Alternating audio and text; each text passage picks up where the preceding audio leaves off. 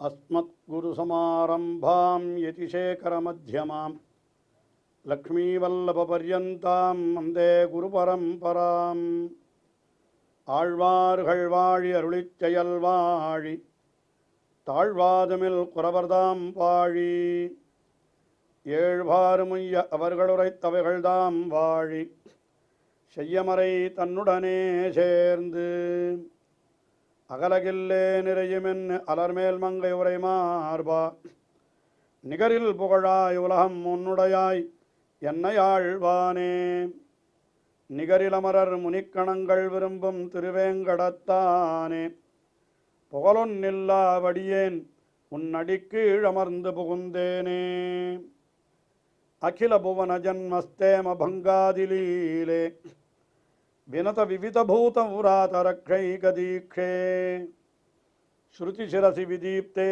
பிரம்மணி ஸ்ரீனிவாசே பவது மம பரஸ்மின் ஷேமுஷி பக்திரூபா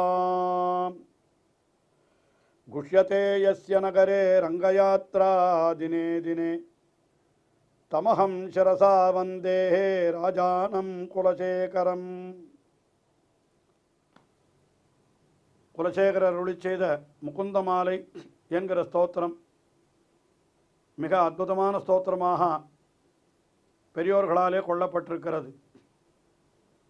நித்தியம் நாம் அனுசந்திக்க வேண்டிய வார்த்தைகளெல்லாம் இந்த ஸ்லோகத்திலே இடம்பெற்றிருக்கிறபடியினாலே இதை தினந்தோறும் அனுசந்திப்பதை சில பேர் விரதமாகவே கொண்டிருக்கிறார்கள்.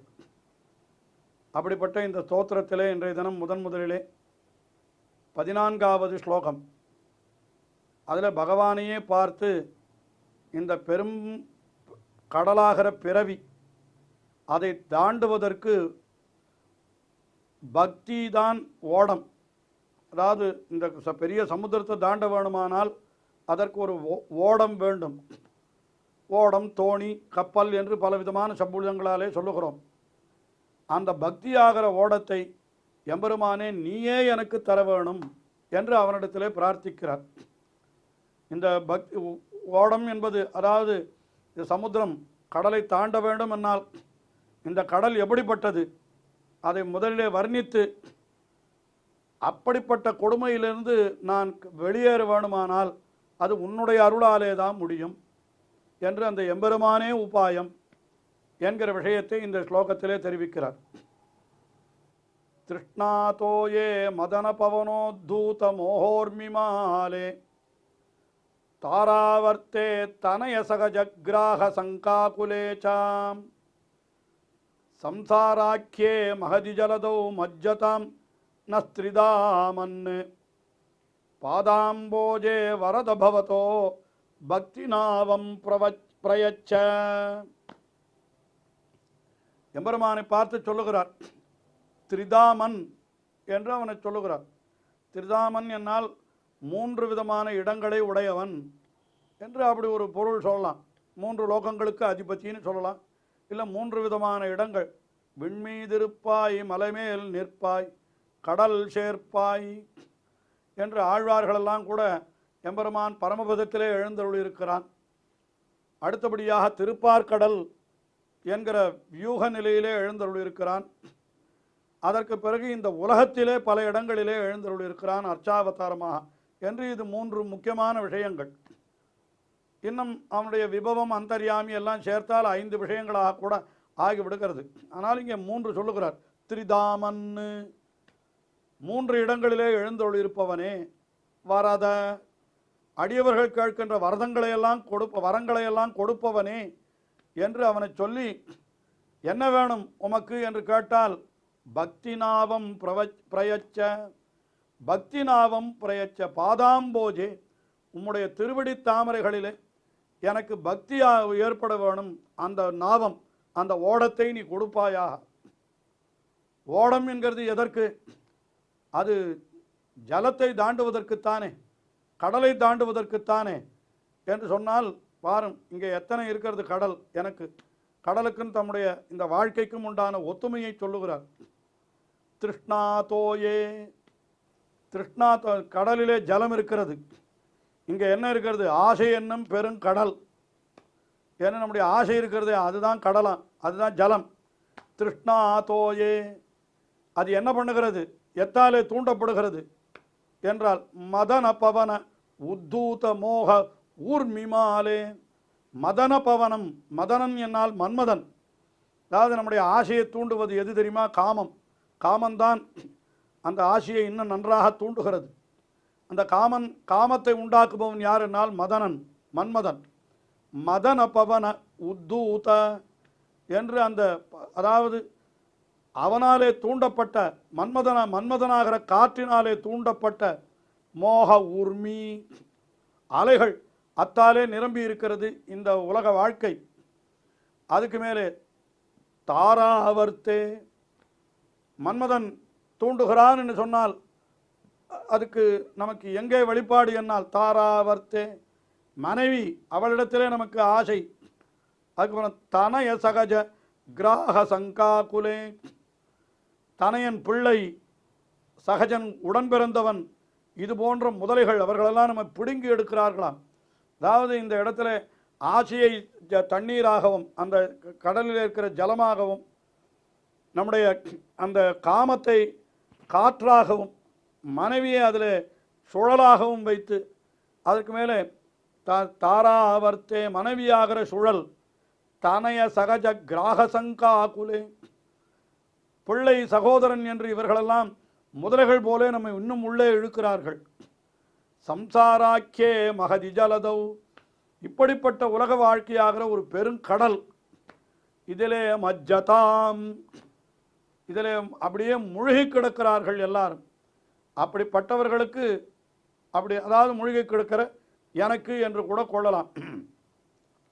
ஹே திரிதாமன்னு, மூன்றுலகங்களுக்கு அதிபதியே அல்லது 3 இடங்களிலே எழுந்தொழி இருப்பவனே, நீ என்ன செய்ய வேண்டும்?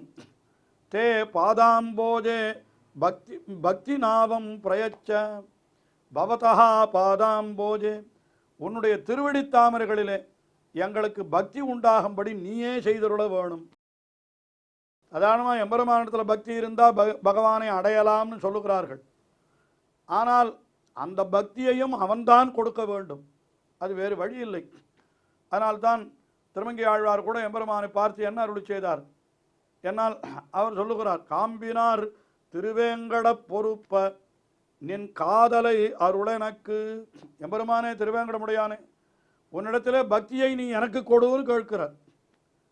அதைத்தான் ஆள வந்தார் ஸ்தோத்திர ரத்னம் என்கிற ஸ்தோத்திரத்திலே, பகவன்னு பக்திமபி பிரயச்சமே, ஹே பகவன்னு பக்திமபி மே பிரயச்ச, எனக்கு உன்னிடத்தில் பக்தியும் நீ கொடுப்பாயாக என்று ஆளவந்தார் அருளி செய்தார். அதை அப்படியே எம்பெருமானார் காட்டுகின்ற பொழுது என்ன சொன்னார் என்னால், தம்முடைய ஸ்ரீபாஷ்ய ஸ்லோகத்தினுடைய மங்கள ஸ்லோகத்திலே என்ன சொன்னார் என்னால், அந்த எம்பெருமானிடத்தில் எனக்கு சேமுஷி பக்தி ரூபா பவது, அந்த திருவேங்கடமுடையானுடைய திருவடிகளிலே ஸ்ரீனிவாசே பக்தி ரூபா பவது என்று எனக்கு அந்த பக்தியானது உண்டாகட்டும் என்று சொன்னார். இந்த பக்தியும் கூட எம்பெருமானுடைய அருளாலே உண்டாகுமே தவிர நாம அதை உண்டாக்கி கொள்ள முடியாது என்கிறதைத்தான் இந்த ஸ்லோகத்திலே அவர் தெரிவித்தார். அடுத்தபடியாக 15வது ஸ்லோகம். இந்த 15வது ஸ்லோகத்தில் என்ன சொல்லுகிறார் என்னால், தம்முடைய நெறி அதை சொல்லுகிறார். உன்னுடைய அடியவர்களைத் தவிர வேறு எவர்களையும் நான் பார்க்க மாட்டேன், உன்னுடைய சரிதைகளைத் தவிர நான் வேறு எதையும் கேட்க மாட்டேன், எப்பொழுதும் நான் உன்னையே நினைத்திருப்பேன் என்று அதை தெரிவிக்கிறார். இதெல்லாம் கண்ணாளன் கண்ணமங்கை நகராளன் என்று அந்த எம்பெருமானை சொல்லி, அவனுடைய எண்ணாத போதெல்லாம் அவனை எண்ணாத மானிடத்தை எண்ணாத போதெல்லாம் இனியவாறே. எம்பெருமானை எண்ணாதவர்கள் யார் இருக்கிறார்களோ அவர்களை எண்ணாதிருப்பது நமக்கு மிகவும் நல்லது. அதாவது எம்பெருமானை எண்ணுபவர்களைத்தான் எண்ண வேண்டும், நாஸ்திகர்களோடு நாம் தொடர்பே கொள்ளக்கூடாது என்றெல்லாம் இப்படி ஆழ்வார்கள் ஆச்சாரியர்கள் அருளி செய்கிறார்கள்.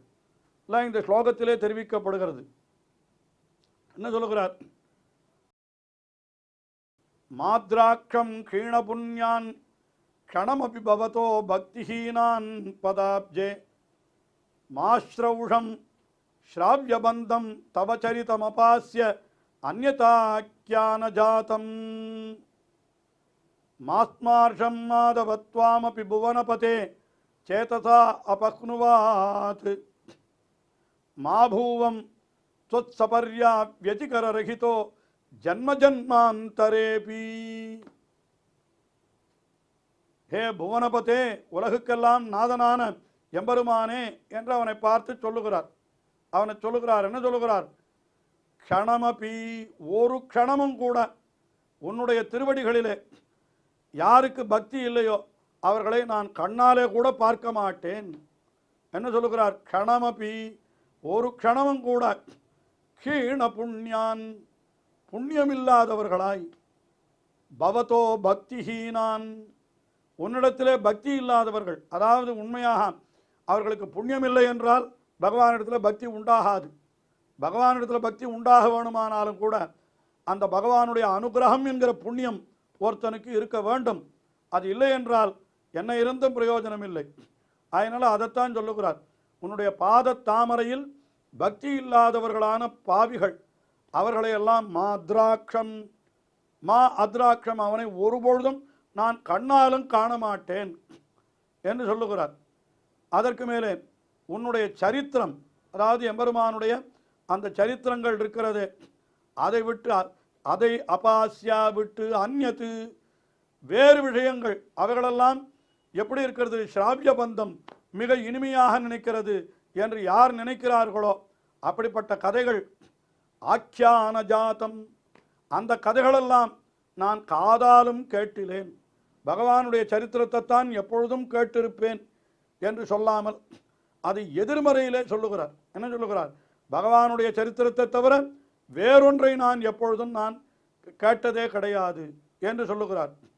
அதற்கு மேலே சேதசாபி அபக்னுவாத் மாஸ்மார்ஷம், மனத்தால் கூட உன்னை வெறுப்பவர்கள் யார் இருக்கிறார்களோ அவர்களை நான் நெஞ்சாலும் நினைத்திலேன். எண்ணாத போது அவர் ஆழ்வார், திருமங்கை ஆழ்வார் எம்பெருமானுடைய அடியவர்கள் விஷயத்திலே கூட சொன்னார். தலசேனத் துறைவாரை எண்ணாத மானிடத்தை அவர் சொல்லுகிறார். எண்ணாத போதெல்லாம் இனி எவ்வாறே அவனை நான் நினைக்கவே மாட்டேன் என்று சொல்லுகிறார். அவர் நன்னாத வாழ உணரிடைப்புக்கு வானவரை பெண்ணாகி அமுது ஊட்டும் பெருமானார் மறுவினிய தன்னார்ந்த கடல் மல்லை தலசேனத் துறைவாரை எண்ணாதே இருப்பாரை இறைப்பொழுதும் எண்ணோமே. எம்பெருமானுடைய அடியவர்களை தவிர, அந்த எம்பெருமானுடைய அடியவர்களினால் ஆறு எம்பெருமானை எப்பொழுதும் எண்ணுபவர்கள்.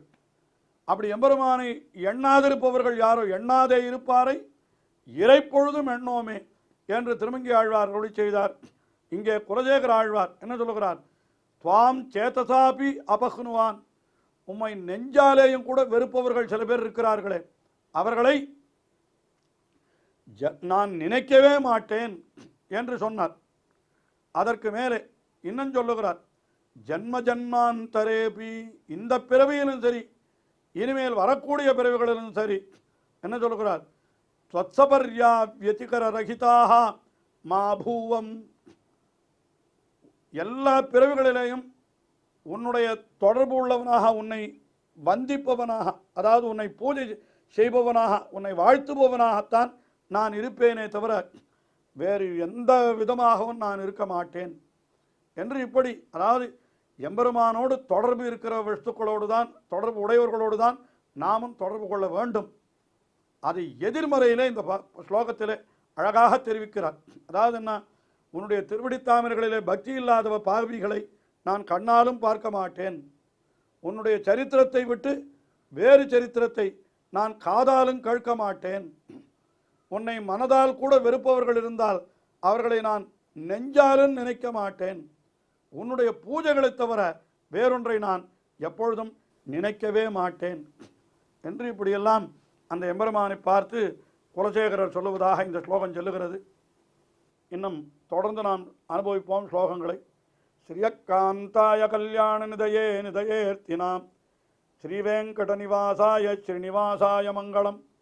ஸ்ரீமத் சுந்தரஜாமா திருமுனிமானசவாசினே சர்வலோக நிவாசாய ஸ்ரீனிவாசாய மங்களம்.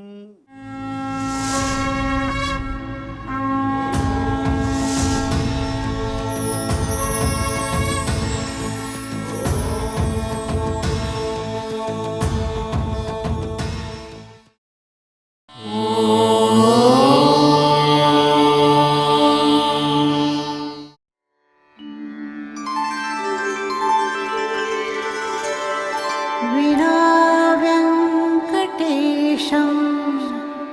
ननाथो ननाथः सदा वेङ्कटेशं स्मरामि स्मरामि।